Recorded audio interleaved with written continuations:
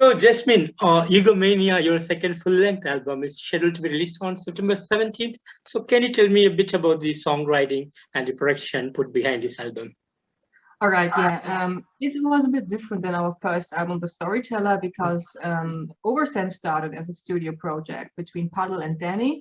And Yeah, so Danny came along with a lot of ideas, and basically Storyteller were his ideas, just yeah, recorded with the bandmates and maybe some more like accessories around it.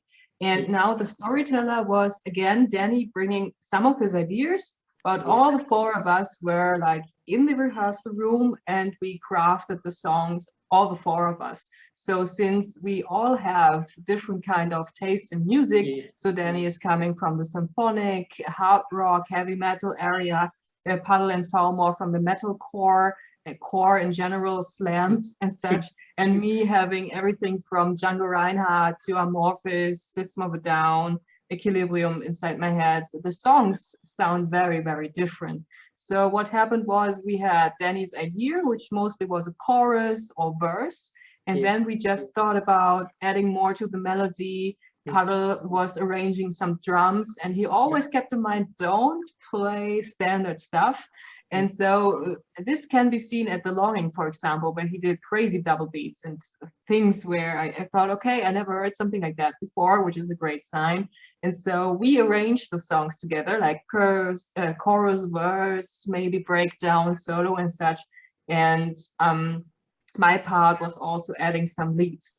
For example, Toast to the Devil actually was just this intro riff, mhm, and I came along with all the leads in the song. So I was like, yeah, this is a cool riff, but there's something missing for me. So basically, then I did everything where I felt something is missing, and Toast to the Devil became this crazy rock anthem thing. Because if it wasn't for me and the melodies I added, there won't be this organ solo type of thing before the yeah. break part. Yeah, so every one of us contributed, and so the songs merged all together. That sounds great. That sounds great, Jasmine. And did you guys put some kind of concept behind this album? Actually, no. Since we all like to make fun about people who Mhm, pretend to be someone else than they mhm, are, there was like some lyrics that were like not supposed to be the final lyrics, but we thought, hey, actually, this is kind of really fun. So if we mhm, just maybe put down the sarcasm a bit and like make it more adjustable to the broader audience, these lyrics came out. But this is maybe a question for Danny, since he has been writing all the lyrics, yeah, except for a part of Antisocial where the chorus was actually the chorus of an old song I did with one of my bands. So this is where I'm co-writer, so to speak, for Toast to the Devil and Antisocial. And actually, we have written the song separately. And after all that and having recorded everything, we just thought, hey, actually, the songs all together, they are describing humankind being destructive, being selfish, and being exploitish concerning our earth. And so it never, we never intended to be a concept album, but at some point, maybe it is. yeah. Maybe it is. We didn't plan it to be, but Egomania is like the big title that sums up together all the ideas, the separate ideas from the Yeah. songs. Sounds good, sounds good. And last week you guys put up the video for the song Love.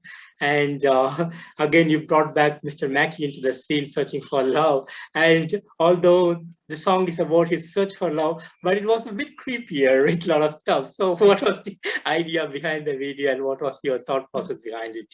Yeah, I think the thing is, I wasn't part of the band when Mr. Mackey was recorded. So they had Mr. Mackey an idea of a psychopath with a totally twisted mind.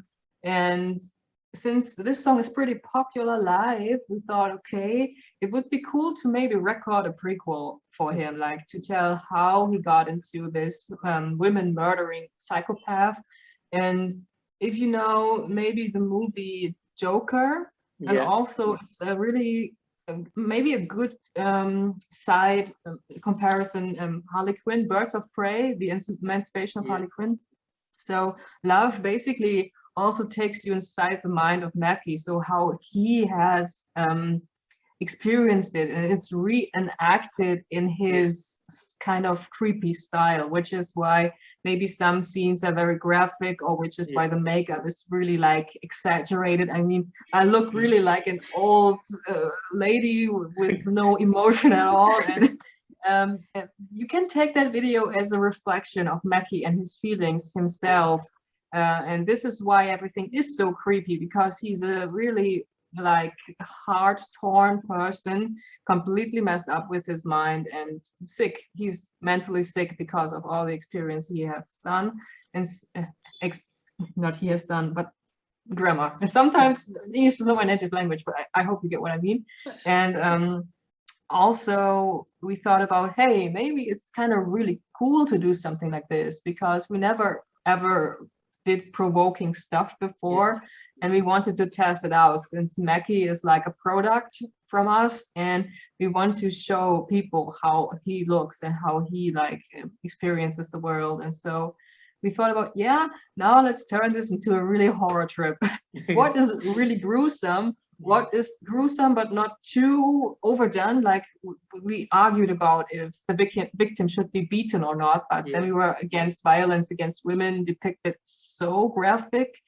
I mean, we still wanted to be respectful, but also like filming gruesome stuff. And even the syringe, where you couldn't even see the injection, is really like ugly and so we just try to put everything together that also would like be good for the story, like this drug addict father, then this caring mother who actually is just playing catatonic because she's completely overdone with the situation. And then we got Mackey experiencing beating, humiliation, where he had to eat the porridge from the floor. This was also like really, do we want to do this? Because this was really a rotten thing. And I don't know, it hasn't been cleaned for decades. And so poor Danny had to lick off this porridge off this floor. We tried our best to clean it. We tried our best to put so much porridge on it so that he would just not like feel the floor. But we did things that were like triggering something in people to feel also with Mackey, to understand why he turned like that. And I think maybe some of our viewers or listeners have understood how he turned to this psychopath. So a lot to tell about this video. I think I will cut it here because we had so many Skype conferences to script that. It's incredible. But that was amazingly done, the videography and the cinematography, and the way you promoted the stuff, like it really looked so natural, and you guys just like did like movie stars. So that is awesome from you guys. Thank you for that. And thank you. We also have to thank Mirko Witzki for his great work, because he's a plain amazing videographer. And Kami Zero was the makeup artist. So awesome. And do you guys have any plans to make it like a symbol, making Mr. Mackey as a symbol for the band, like Iron Maiden have the 80s stuff in their band? So do you guys have any plans of keeping Mackey as a symbol for the band in the future? This is an interesting question. I think we haven't spoken about that. It was like maybe just an insider for our fans to do a second part of it, but we will never know. Maybe he can be a trademark, because Danny apparently also likes to play his role, but we don't know. But it is a good idea. I might suppose it or suggest it to the guys. Sounds good. And can you tell me a bit how the band actually started and how you joined the band? Okay, this can also be a very long story. I try to be short. Like I already said, Oversense started as a studio project of Danny in 2012, I think. And he just decided that Pavel should join him, as he's a great drummer. They have been friends for years. And so they started writing songs for the EP Dreamcatcher and thought, okay, this is going somewhere. We need a full band. And so they searched for classmates or friends in the near surroundings to form the band, to play the songs live. And after some changes in the lineup, the band consisted of Marcel, Lisa, Pavel, Pau, and Danny. And they have again got together and have written The Storyteller. And as the debut album got them some shows, also was really good reviewed.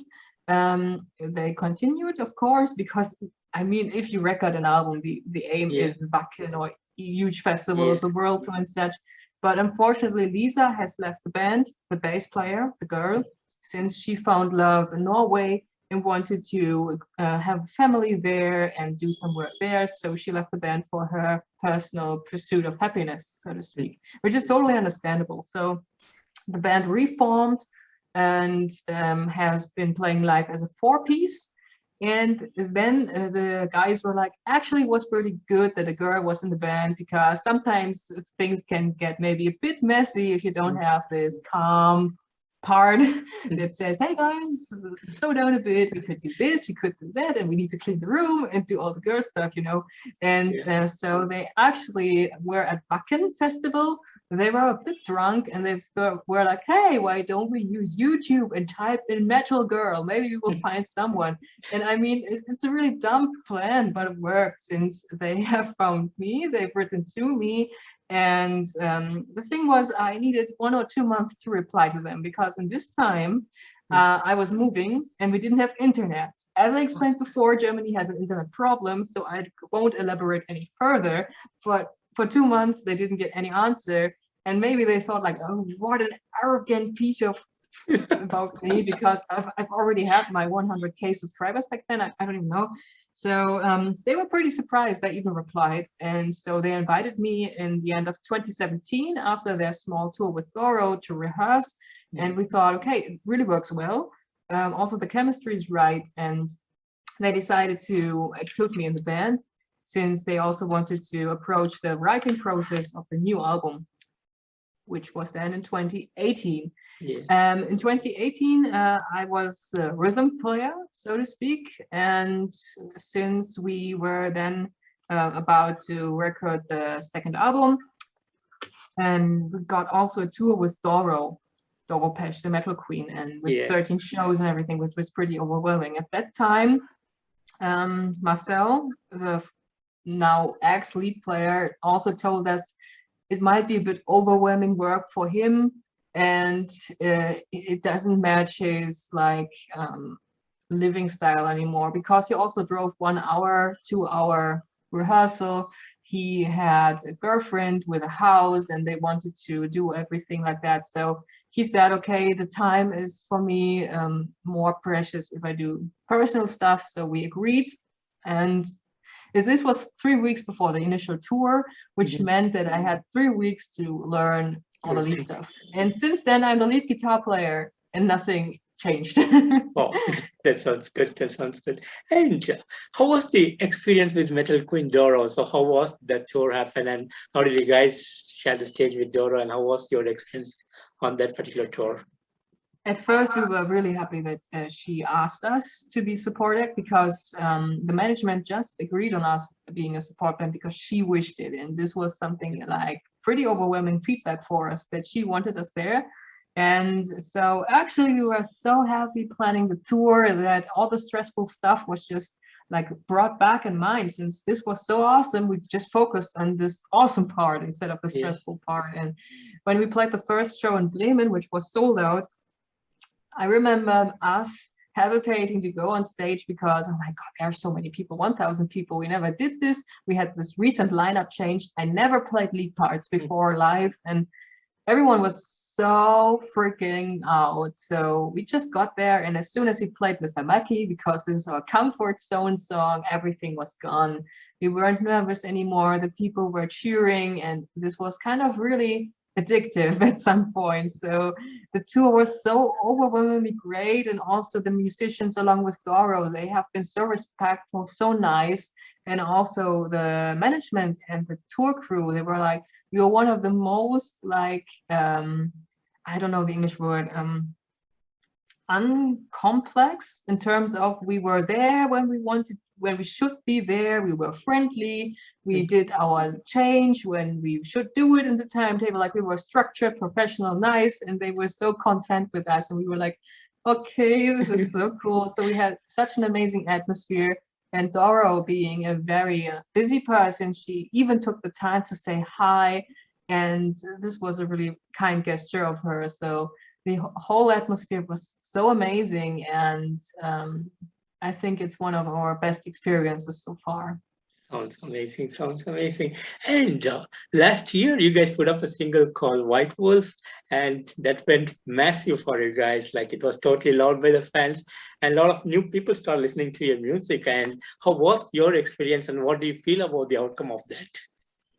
Actually, we were just pretty pissed about the lockdown, like everyone else. Not pissed, maybe just depressed. I don't know the word to describe it. Like we were frustrated. We actually took 2019 as the year where we would write the album, because in 2020 we can play so many shows once the album is out. And so we were separated since we weren't allowed to rehearse together. We have been 4 people, and it was like a reaction. We need to do something.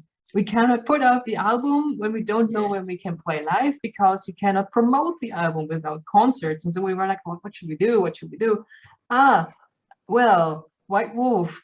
People love this song, but the audio is so crappy on the EP. What about redoing that? Just practicing for the 3rd album, because everything else was recorded already. And so we got the idea, we could rearrange the song, maybe suit it to our set more, to be more mature, since the song is pretty old. And since also The Witcher on Netflix aired, we thought about, hey, this could be really cool, since we are all pretty massive fans of The Witcher. And so we did this quarantine version, recording it, and also me doing the leads, since then this was the first song just released with me in the band after 2 years where I joined, which is also like kind of a small message. And so we were actually having pretty much fun also recording our quarantine part, since all of us had a cat and cats are always awesome.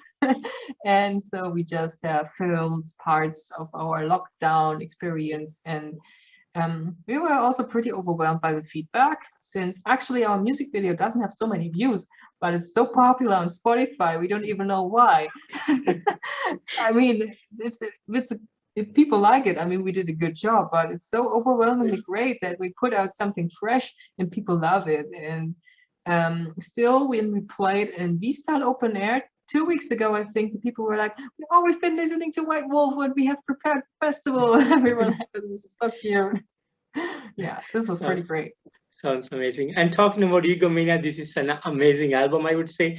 And I had the opportunity to listen to the album completely, and there is no flaws. It's all super amazingly done. The music is awesome, the vocals is awesome, and it's totally worth album to listen to for 2021. And thanks to you and the guys for the amazing album. And with the current situation, what would be the touring plans? Currently we don't have any, since also the big bands are postponing their tours, but we still have some shows, at least in Germany, planned next week at Sinner Rock. Then we have a live streaming gig where everyone from the world can join, because it will be streamed online, also on Twitch, and we will get a link for it, so people all over the world can join. Also, you can join if you want to see us live. It will be on September 16th. This is a Thursday. And 2 days later, we are in Fulda, my initial hometown. 1 month later, we're here in Darmstadt, where I live now, and in Oberhausen. And then we have some living room concerts for the people that supported us on our crowdfunding campaign. But we're still looking for a tour. So hopefully we will get something next year, because we really want to play our songs live.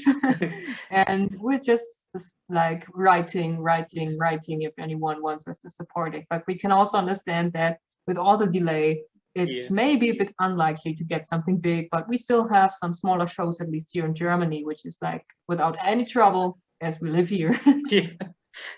Sounds good. Sounds good. And would you like to share some of the great moments that you had since you joined Oversense? I think one of the best moments were when I was ready to play a full set together with the guys, because then I really felt to be part of a band. And also the recording sessions were pretty much fun.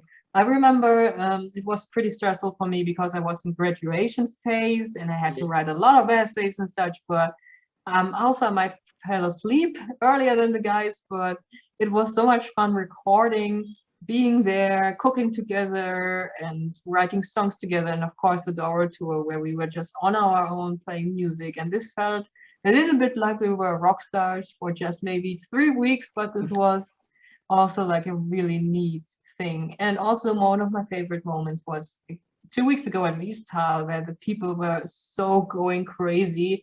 And when we were at the merch booth, they were like, "We want to take a photo with you. Let's talk, let's talk, let's chat." They were so overwhelmingly hyped about our show that we were completely overwhelmed by that. This was also a really great moment. Sounds good, Jasmin. And from a YouTube star to a rock star, so how do you feel about that? I feel like YouTube stars also are rock stars at some point for people. Yeah. It's just like YouTube is an opportunity to just do music if you don't find anyone you can play with. Like, I always had a problem in my hometown that the bands didn't want a girl to join the band because girls cannot play as good as men. It's always the same argument. I won't comment on that. But it was pretty tough and pretty hard for me to find a band. And so I just took YouTube to just play. And I think many of the people on YouTube still have this problem like me. Maybe they are also shy and cannot like rock on stage, because I think I remember Stephen Terryberry even, he declined the role as a bass player in Dragon Force because he then talked about his anxiety. And so YouTube is also a place for people that cannot like deal with human interaction in real life with thousands. So they still can be a rock star on their own way. So there's nothing wrong about it. For me, it was just a way to play music because I didn't find anyone who wanted to do this with me. So it feels great not to see just the people as numbers. Yeah. Real people. Yeah, sounds good. And Jasmin, finally, what would be the message for the fans around the world? Be yourself, rock together with us, enjoy your life as good as possible, because every mean thought or every hateful thought you spend is a wasted moment of your life. Sounds amazing. And Jasmin, thank you so much for giving me your time today with this interview. And I'm mostly grateful you are wanting to do an interview with us. and thank you guys so much for putting up an amazing album, Egomania, on September 17th. Thank you so much for that. And I wish you guys all the best. Hopefully, we'll see sometimes in the future on the road. Thank you. Hopefully, we will gladly like to tour around the world. But one question for you, what is your favorite track? Can you come again? I didn't get you. What is your favorite track? Because we are always excited to see what favorite tracks are. Oh, I love this song, Love, so much. The video and everything, it was so amazing. And that was something so much deep inside this album. So to be honest with you, I loved all the songs from the track. So every song is better than the other. But since I saw the video of Love, that was something connected, and it makes me so much attracted towards the song. But as a whole album, you guys did a perfect job, and I really love the music. Thank you so much for that. Awesome. Thank you for this beautiful feedback. This is awesome. And you have a great evening, Jasmin. Nice talking to you. Yeah, nice talking to you too. Have a great day. I don't know what kind of time zone you are in. Oh, yeah, it's almost going to be night here. Then sleep well, and thank you for your time. Thanks again, Jasmin. You have a great evening. Take care. Bye-bye. Yeah. Take care. Bye. Bye.